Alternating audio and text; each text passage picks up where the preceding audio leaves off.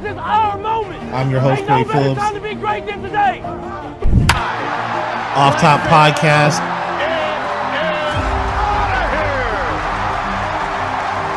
It's a play. Bryant for the lead. Yes! Time.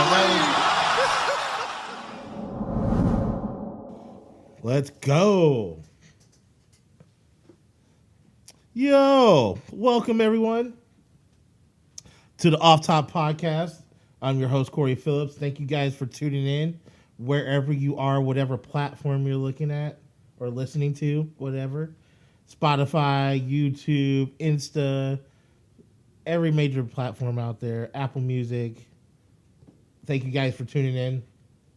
I'm your host, Wwe Phillips, Offtop podcast, episode 10. I got it right this time. Episode 10. It is Monday, November 15th, 2021. How's everybody doing out there? I hope you guys are doing okay. Lots going on tonight. We're going to talk about a few things, but we got Monday Night Football, we got college basketball, a lot of NFL stuff going on, some NBA action going on tonight as well.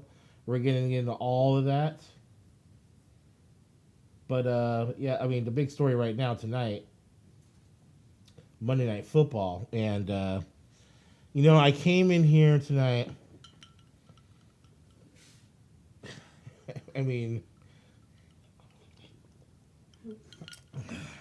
Sound guy, Lance on the ones and twos, Carson on the cameras.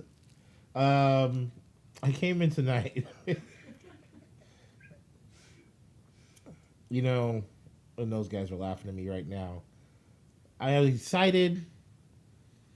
It's like it's Monday Night Football, Rams, 49ers.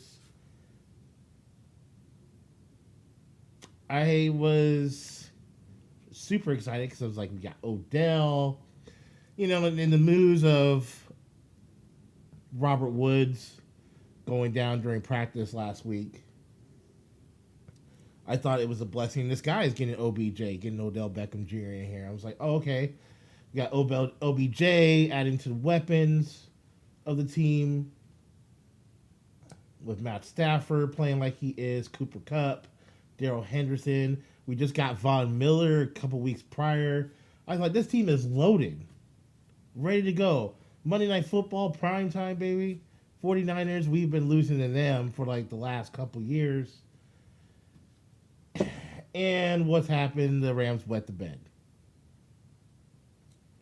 31-10 was the final tonight up at Levi Stadium in Santa Clara. 49ers ran all over them. It wasn't a great game. Deebo Samuel is a monster. He went off tonight. Matthew Stafford looks like the Matt Stafford of old. You remember like those days when Matt Stafford was in Detroit, all those wasted years? That's what he kind of reminded me of tonight. Couldn't get the ball rolling. Couldn't get the run game going tonight. I think the Rams had a total of 12 carries on the night. I'll put up the stats here in a second, but just an overall disappointing night. I was coming in here excited. I was ready, when I was prepping for the show tonight. I was like, oh, man, the Rams are going to just... I thought the Rams had this in the bag. I was not worried, not one single bit. And what happened? 49ers get off to an early lead. Matt Stafford, 26 for 41, 243 yards passing, 1 touchdown, 2 interceptions. He was sacked twice. Couldn't get the ball rolling. They tried everything. They tried fake field goal and tried to get a first down. That didn't work. Couldn't get the run game going. Darrell Henderson, 5 carries for 31 yards. Sonny Michel, 4 carries for 20. They had 10 carries total. Matt Stafford had 1 carry for a yard. So as a team, they had 10 carries. Jeff Wilson had that on his own. As the 49ers ran for 44 carries, 156 yards on the ground.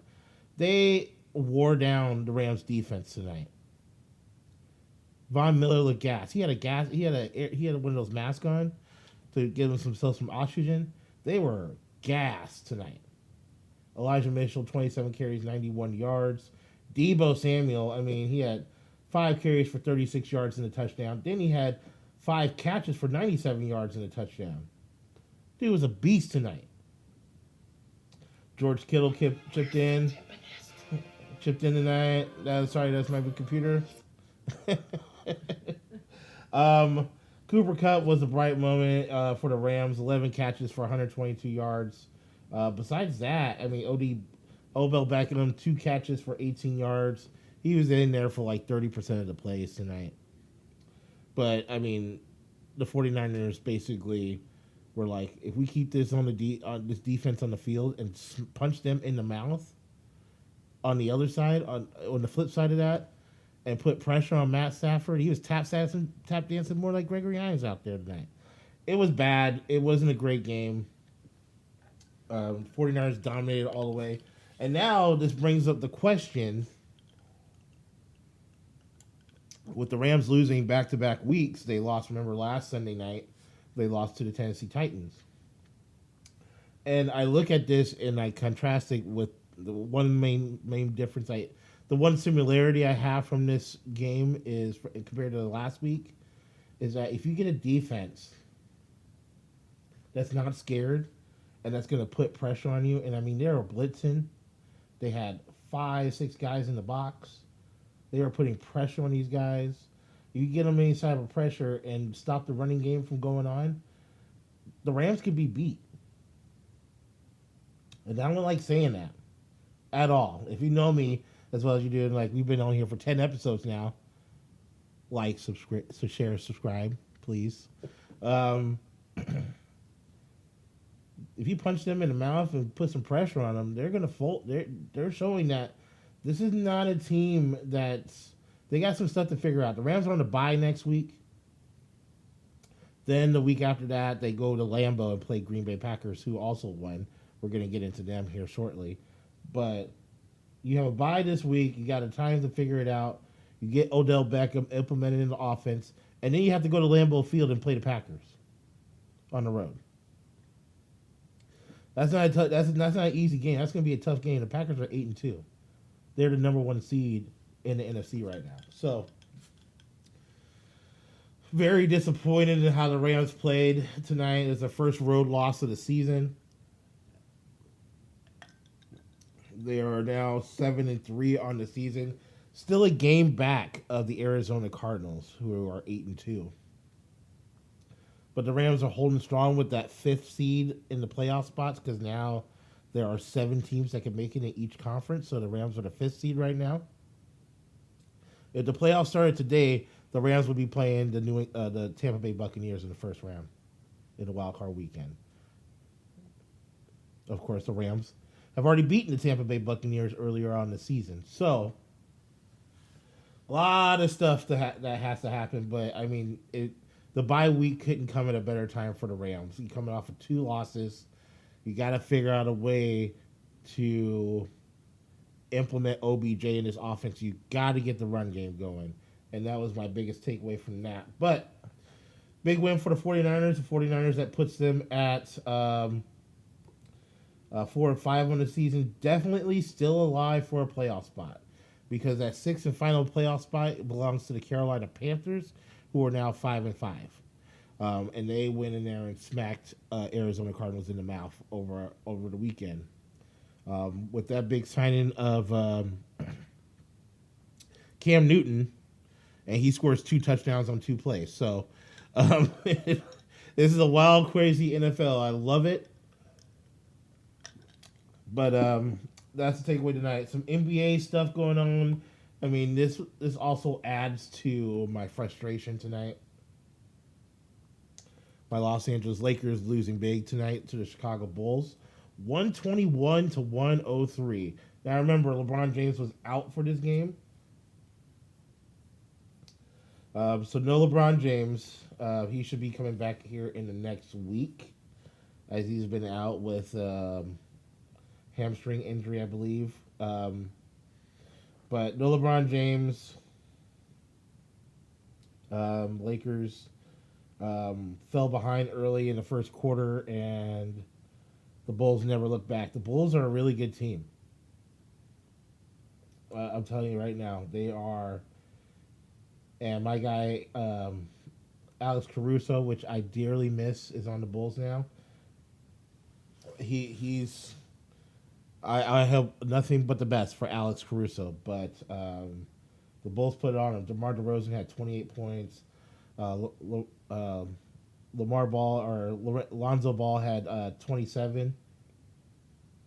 They played good team defense. Zach LaVine also chipped in with 26. This team's loaded. The Bulls are 10-4, and the Lakers dropped to 8-7 after coming off of a 3-game, just ended their 3-game winning streak. Anthony Davis, 20 points. Westbrook, 25. Horton Tucker, who just came back off the injured list, he had 28.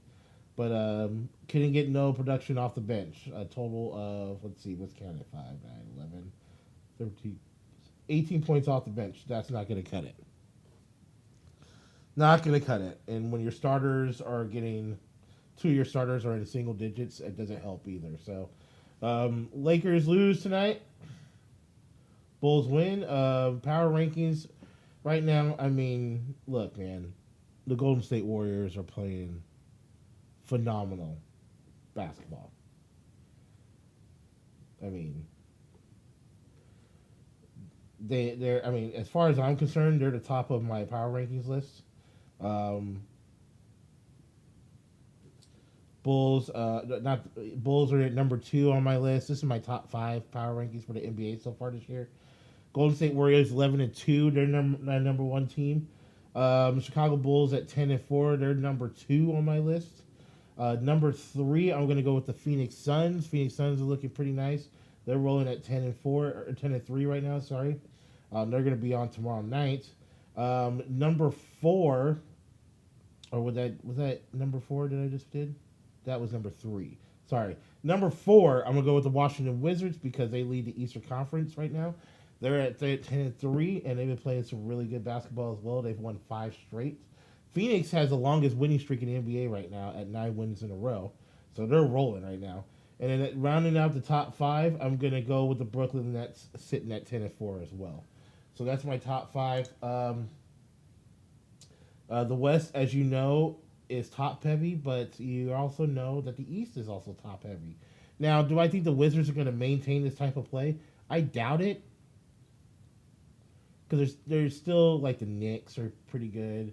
The Sixers, once Embiid gets back from COVID, because he's been out with COVID, they're pretty good. The Milwaukee Bucks have been struggling, and I think they're just getting through that NBA championship hangover a little bit.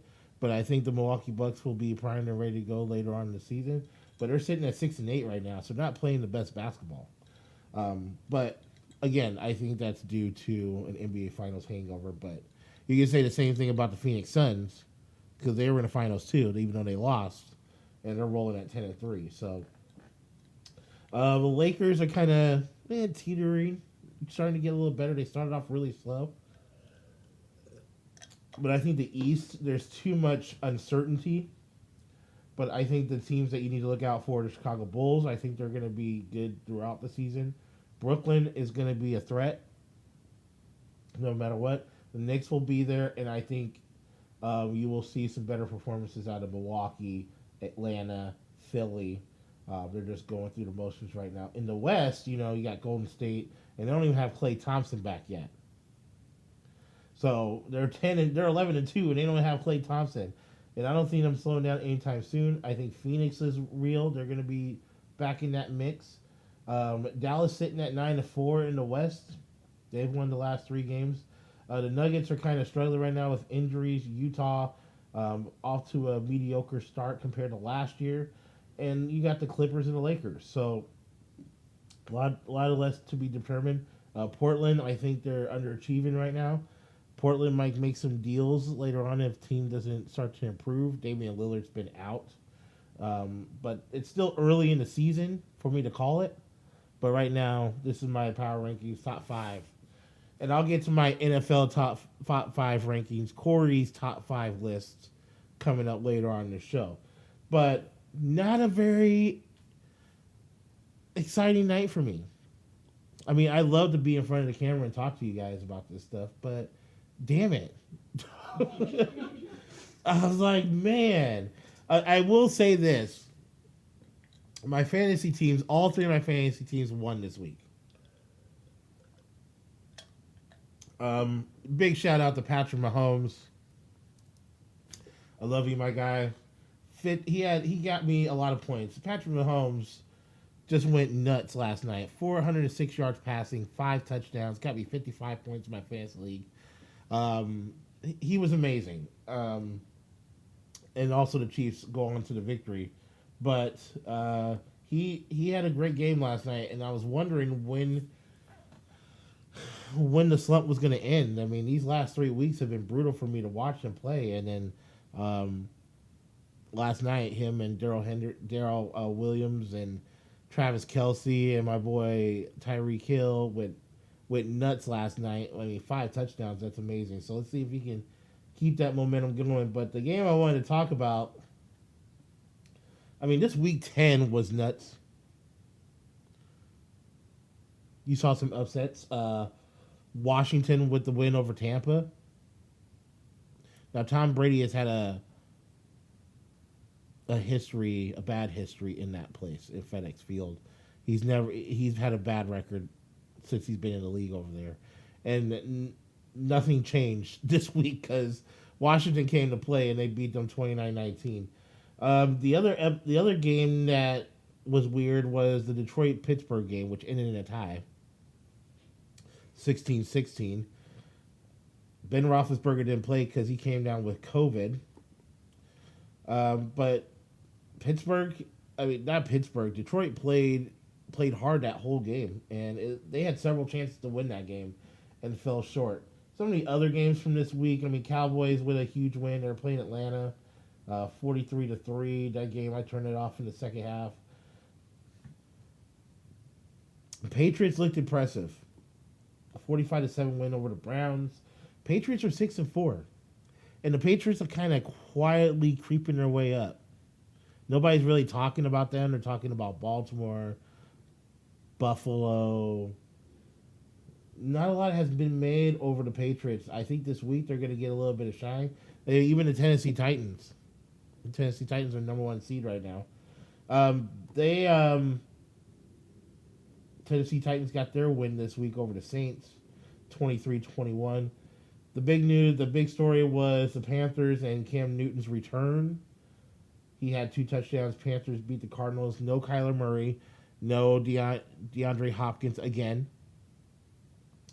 Latest news out of Arizona is there's a 50-50 shot that Kyler Murray plays this week. We'll see, and same thing with DeAndre Hopkins. But the best sign for that is if we need to see if they practice Wednesday or Thursday or Friday. If they're able to practice, even if it's limited practice, then I think they're going to play this week. But they came out and said this week that Kyler Murray is like a 50-50 shot if they're going to play. Same thing with DeAndre Hopkins. So we'll keep a close eye on that. But the game we wanted to talk about, also the other upset. Hold on, before I get to that. The Eagles with the win over the Broncos. I wasn't expecting that at all. Darius Slay had this huge interception that put them over the top. But the Eagles with the big win, 30-13 over the Broncos. And we just were talking good about the Broncos. And what do? They disappoint again. But the game where I was really watching this week was the Hawks and the Packers.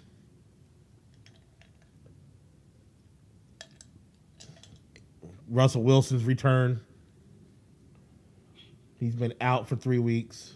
Then you had Aaron Rodgers return, and he was out for COVID. This was one of the most boring games I've ever watched in my life. It was 3-0 at halftime. It looked like Russell should have sat out another week. That's how I felt. The targets, the throws that he was making, he usually makes 9 times out of 10. And he was off, like, big time. I think he's still hurt. Yeah, he comes on the post-frame press conference. He's like, "Yeah, I'm fine. I'm Russell Wilson." No, you're not fine. You were missing wide open receivers all day long. Aaron Rodgers didn't throw a touchdown. He had 292 yards passing, no touchdowns. He had one pick. Um, Aaron Jones went out, and AJ Dillon came in. He scored 2 touchdowns on 21 carries, 66 yards. But I thought the defense played better. I thought the defense played great. It's the best the defense has looked all season for the Seahawks. But the offense was just putrid. I mean, straight trash. I was waiting for them to put Geno Smith in the game. And you would have thought they would have made that move. But they're riding or dying with Russell Wilson on there. You look at the numbers, he was 20 for 40. He had 161 yards passing. And he had threw 2 interceptions. He'd been sacked 3 times. A QBR of 13. Quarterback rating of 39.7.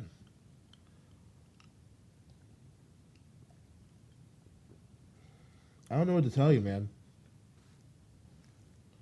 The Seahawks' leading receiver from yesterday was Gerald Edwards with 8 catches and 63 yards. DK, 3 catches for 26, 8 targets. Tyler Lockett, 2 catches for 23 yards, 8 targets. What the hell is going on?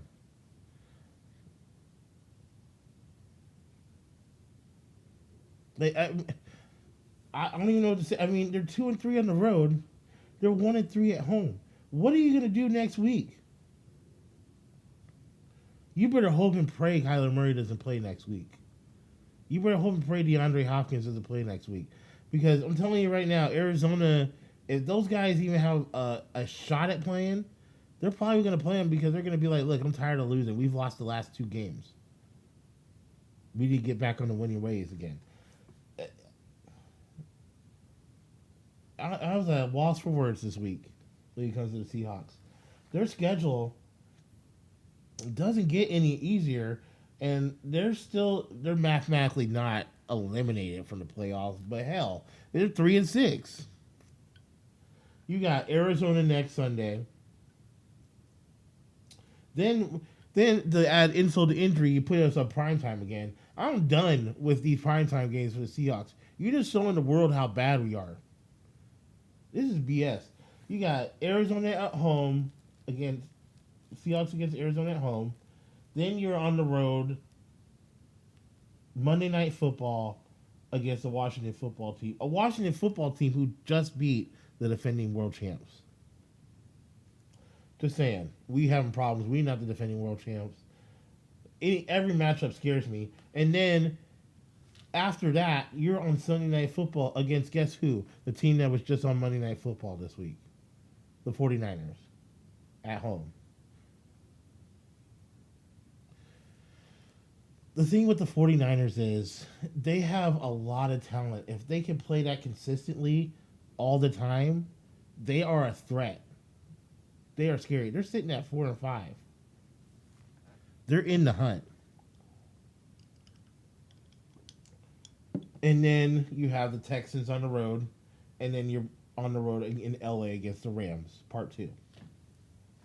So your next 4 games was 1, 2, 3. Your next 5 games.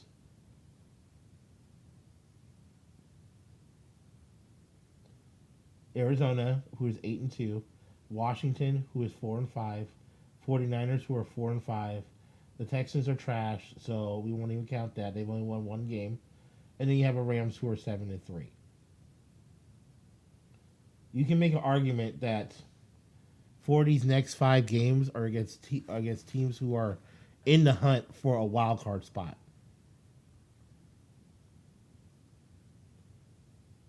What are you going to do? Pete Carroll,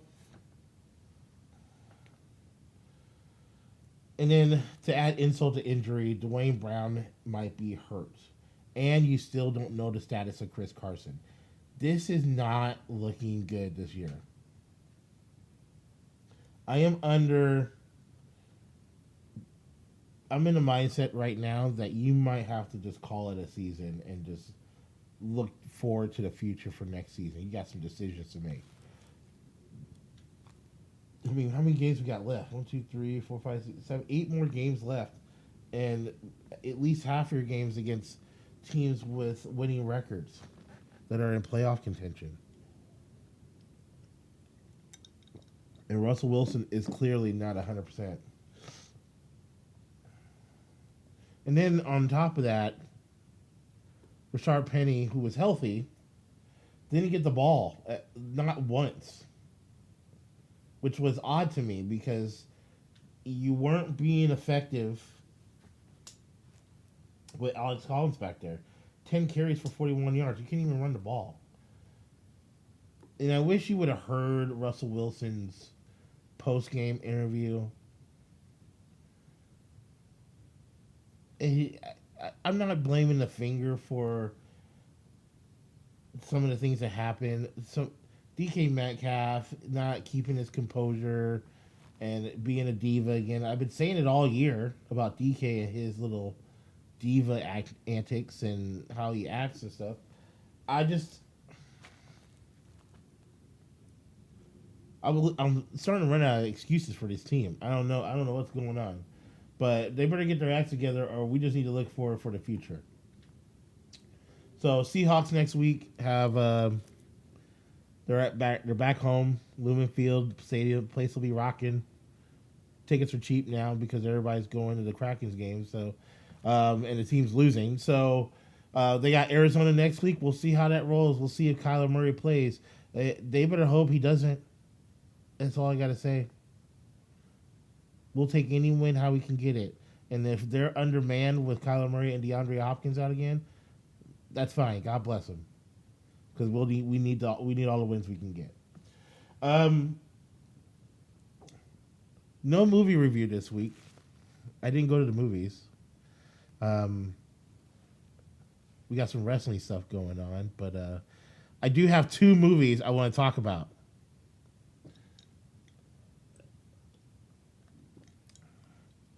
This weekend, there's 2 movies that are coming out this weekend that I will be checking out for sure. Movie number 1, Ghostbusters Afterlife. Comes out in theaters Friday. It's only in theaters. I will say, based on the trailers and stuff that I've seen, and some of those hidden voices that you didn't see, it's going to be some original cast members of the original Ghostbusters in that flick. Particularly Dan Aykroyd. So I'm super excited. I haven't heard anything yet, but I'm hoping for a Bill Murray cameo, even though he said he would never do another Ghostbusters movie ever. I'm hoping for a Bill Murray cameo. But I'm excited to see this movie. It comes out this Friday. The other movie I am going to see, and I probably won't go to the theater to see it, but I will definitely watch it because it will be on HBO Max, is King Richard. It's a new Will Smith movie on the life and story of Venus and Serena Williams. And that movie has been getting rave reviews. It'll be in theaters Friday, along on HBO Max as well. I will probably watch it at HBO Max. I will definitely go and see Ghostbusters Afterlife in theaters, probably Friday or Saturday. So I will have a movie review 2 times next week on King Richard and Ghostbusters Afterlife. I'm really excited for both these films. Ghostbusters was supposed to be out, but COVID hit, so it got pushed back just like everything else. And Will Smith, when he does these biography movies, he's just so good at what he does. He's one of the best actors out there. And from the trailers and from what I've seen, they're talking like Academy Award type performance with this stuff already. You know what I mean? The movie's not even out yet, And but the movie did have a premiere, and some of the screenwriters and stuff got to see it. Some of the movie critics got to see the movie, and they're talking Academy Award performance by him. So I'm very excited to see it. But that's going to be on the schedule for this movie for a movie review next week. Also,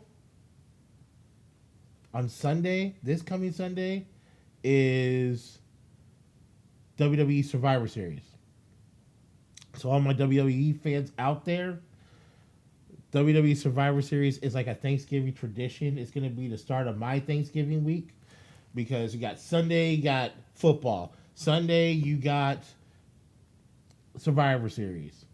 And then all the other good movies are coming out Thanksgiving night, like House of Gucci is coming out Thanksgiving night. I will definitely be going to see that because at my house, that's a family tradition is instead of going for Black Friday shopping because of COVID, I'm going to do all my Black Friday shopping online. Instead, we're going to go to the movies and see House of Gucci. And that's got an all-star cast of actors. We're talking Jared Leto, we're talking Adam Driver, Lady Gaga, my favorite actor Al Pacino. There's a bunch of stars in this movie, and it's based on a true story. So that's what we'll be doing Thanksgiving. But Survivor Series is the beginning of my Thanksgiving weekend. This Survivor Series has got some good matches on there. And to all my WWE fans, especially in the Seattle area, the rumors are true. WWE SmackDown will be coming to Climate Pledge Arena in February. I don't know if tickets are on sale yet. They're not on sale, but Friday Night SmackDown will be having a live show. First week, I think it's the first week of February. And then they'll be at the Moda Center on that Monday for a live show of Monday Night Raw. So I'm thinking about going to both shows. Definitely want to get down to Climate Pledge for SmackDown. So when I get more details on when tickets go on sale, I will let you know. They should be going on sale pretty soon because they've already posted it on the WWE.com website. So it's officially coming to Seattle. But this Sunday, a lot of intrigue. You got the WWE Champion Big E versus the Universal Champ Roman Reigns. I got Roman Reigns winning that hands down. He's the face of the company. Rumor has it The Rock is supposed to be showing up, possibly, or he's going to be making an appearance, because this is the 25th anniversary of when The Rock was introduced into the WWE 25 years ago. He made his first appearance at Survivor Series, and that's why on Peacock, they've had on the WWE site, they've had a 25th anniversary just special on The Rock. Just all these old matches, all these old interviews. I can't believe it's been 25 years, but it has been 25 years. So, so there's the rumor there. There's some other lined up matches. The Monday Night Raw team versus the SmackDown team. Champion versus champion matches all across the board. Usually Survivor Series is one of WWE's biggest pay-per-views, and the card they have set up for this pay-per-view is pretty good. So that's coming up this Sunday, and I will probably have a review on that on the next podcast, because that's a big news as we head towards WrestleMania. Now, if you don't know, WrestleMania is like the pinnacle show for WWE. And usually after Survivor Series around December, January when the Royal Rumble happens is the official road for WrestleMania. But for me, once Survivor Series is over, you're getting towards the end of the year, going into the new year. We're starting that road to WrestleMania, and there's a lot of build up, and it's like 3 or 4 months of build up before that big event. WrestleMania is going to be 2 nights again. Tickets went on sale on Friday. For WrestleMania, it's going to be Dallas. It's going to be in Dallas at what do they call that stadium now? Jerry's Playpen, or the $1 billion Playpen, whatever. in Arlington, Cowboy Stadium, as we like to call it, whatever. That's where WrestleMania is this year. And it's going to be a 2-night event just like it was in Tampa last year. So I've already been looking, and if anybody has a tip or has info on pricing or availability of tickets, comment when you like and share the page and subscribe to the page. Make a comment, let me know, give me some info, because I'm trying to head down to Dallas for WrestleMania this year. It's in April. WrestleMania is one of my favorite events. I've been to 3 of them. So, it'll be good. So, preview for this week. I was looking at the schedule. And we're getting down to the nitty gritty here. I mean, we're going on week 11. Thursday night, you have New England versus Atlanta, which should be an interesting game. It'll be a rematch from the Super Bowl a couple of years ago. But if you're looking down the schedule, I mean, Monday night is trash. It's the Giants and the Buccaneers next Monday night. Okay. But if you look at the rest of the schedule for Sunday, Indianapolis and Buffalo, that's a monstrous game. Green Bay and Minnesota.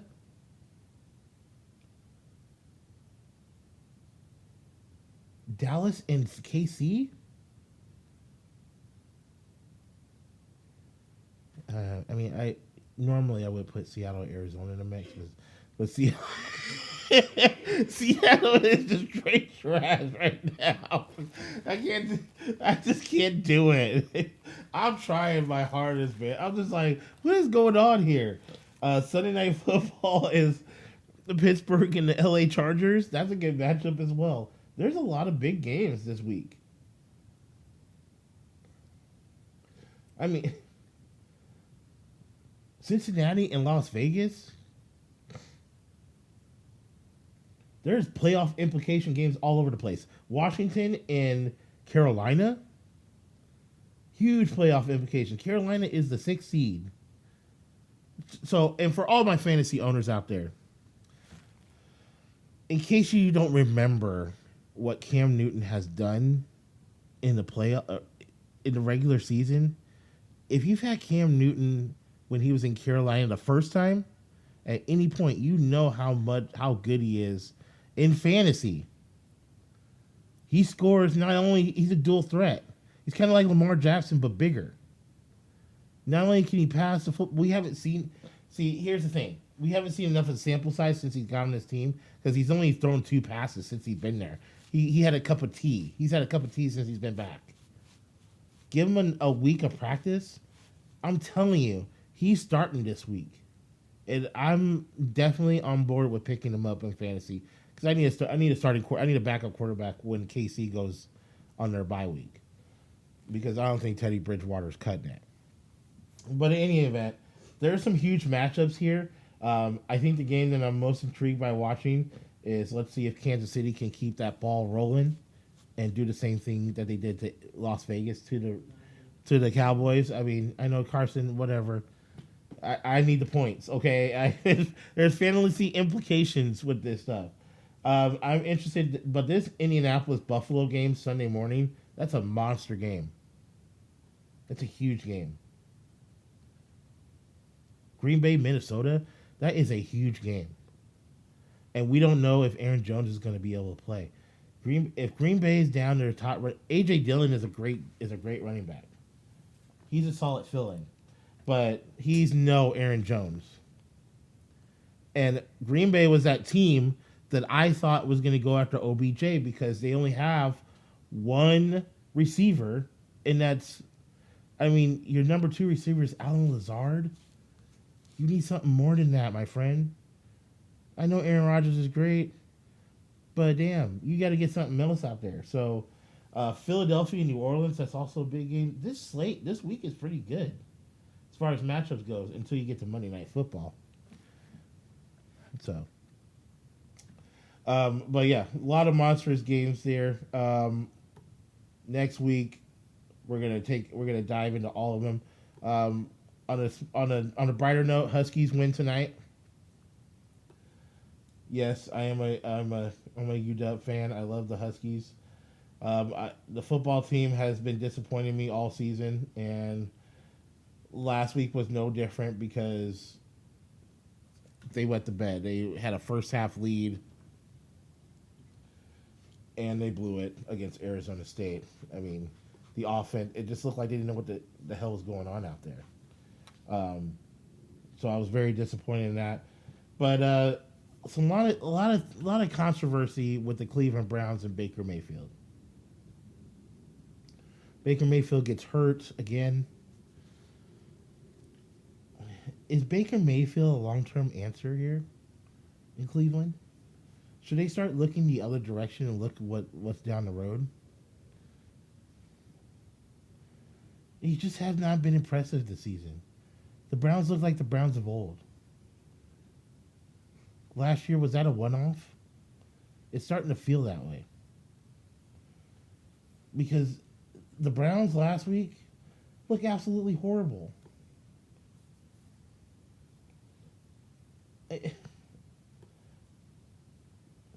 45-7. The Browns are 5-5. Right now, they're on the outside looking in. It's you can't win games like that. And then Baker Mayfield going down, he can't stay healthy. He can't keep star players on the team. He was 11 for 21 for 73 yards before the injury. That's not going to cut it, man. It's starting to get bad. So we'll talk about that more next week because I want to dive into this because to me, in my eyes, Baker Mayfield is not an elite quarterback. He's not. He's not connecting with his receivers.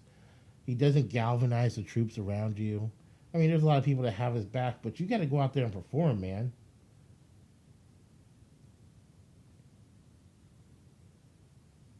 He was forced to leave the game last week. It seems like they're sliding in the opposite direction, the direction that we thought they were out of. And it's sad for me to say that, but that's the reality of the situation. So we'll get into more of that next week. Thank you guys for tuning in. Next week, recap of week 11. We're going to recap Survivor Series. We're going to go into my reviews because remember, I got two big movies coming out this weekend. You guys, I love you guys. Like, subscribe, share, post it. It's on every platform out there. Tell your friends, your mom, your dad, your neighbors, your cats, your dogs, your coworkers, whoever. Sorry for the no guest this week, as we had some technical difficulties. Next week, for sure, we will definitely have some guests on there. And check out the new promo video that we have, the intro video for the show, because we're going big time, man. We're making some changes around here, and we're trying to level up. You know what I mean? I'm trying to get that mushroom and level up, just like in Mario. But I love you guys. Please tell your friends about the show. Like, subscribe, share, and we'll see you guys next week. Until then, peace.